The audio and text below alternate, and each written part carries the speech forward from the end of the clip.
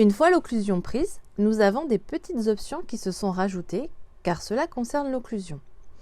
Celle-ci se présente même avant la prise d'occlusion automatique. Pourquoi?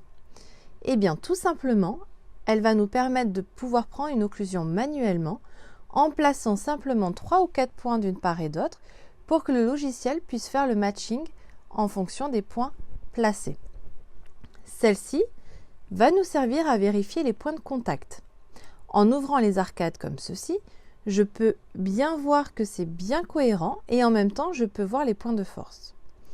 Nous avons des petites dimensions avec lesquelles je peux jouer avec ma petite barre pour pouvoir diminuer ou augmenter les hauteurs.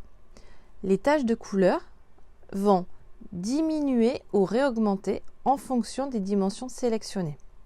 Cela peut déjà vous donner une idée également des dimensions. Nous avons celle-ci qui va nous permettre, au cas où que vous vous trompiez, c'est-à-dire que vous preniez la mandibule à la place du maxillaire et vice-versa, de pouvoir permuter les empreintes afin qu'on puisse avoir les bonnes empreintes dans les bons fichiers. Voilà pour les options. Une fois que cela est fini, je clique sur Suivant pour voir mon temps d'affinage. Alors, quel est ce temps d'affinage? Eh bien, ça va être tous les fichiers que l'on a acquis lors de la prise d'empreinte qui vont être nettoyés pour ne conserver que les meilleurs.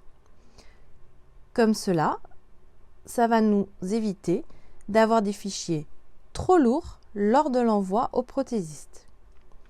Ce temps va dépendre de tas de choses. Il va dépendre du fait de combien de fois vous allez rester à prendre votre empreinte et surtout à passer et repasser sur l'acquisition, au moment de l'acquisition. Cela va dépendre également s'il y a des fichiers en haute résolution ou non, ou si c'est une arcade complète ou demi-arcade. Toutes ces petites choses vont jouer dans le temps de l'affinage. Mais je vous rassure, ce n'est pas non plus dans des temps très longs tout de même. Une fois que ce temps d'affinage finit, nous allons retomber sur notre fiche de laboratoire de prothèse ainsi que la visualisation de nos empreintes pour pouvoir envoyer le fichier au laboratoire.